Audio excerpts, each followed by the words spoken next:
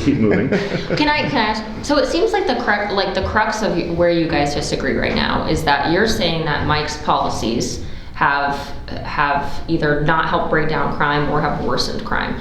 Mike, you're saying your policies have nothing to do with crime rates. Can you name, like, maybe let's go one by one specific policy that you believe has created a spike in crime rate or has not helped bring it down, and then let's do just 2 of those examples, because it's very unclear to me which policies exactly you're referring to.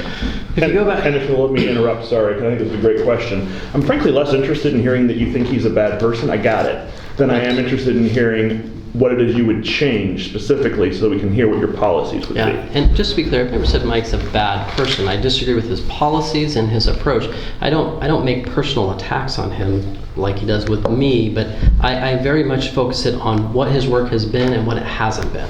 And so I want to be clear with that. Policies, when you look at some of the direct ones, if we were to list them out, when he campaigned very much on reducing prosecution, specifically misdemeanors and on nonviolent crimes.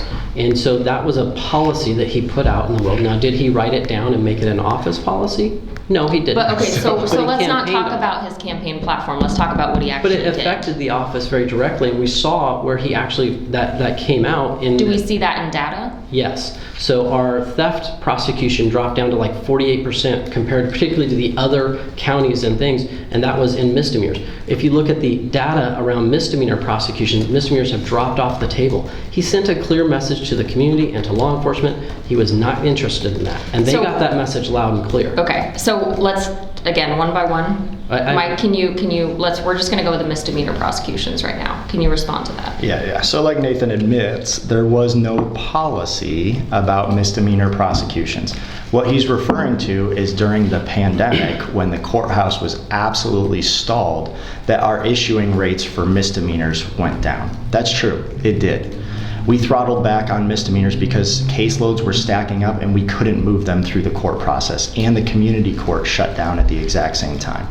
So that was a decision that was made, and it was similar in the jails, similar across police officers also, throttling back how many misdemeanor arrests they were making, because we were all very scared of COVID and spreading COVID in our jails and with police officers and everybody else.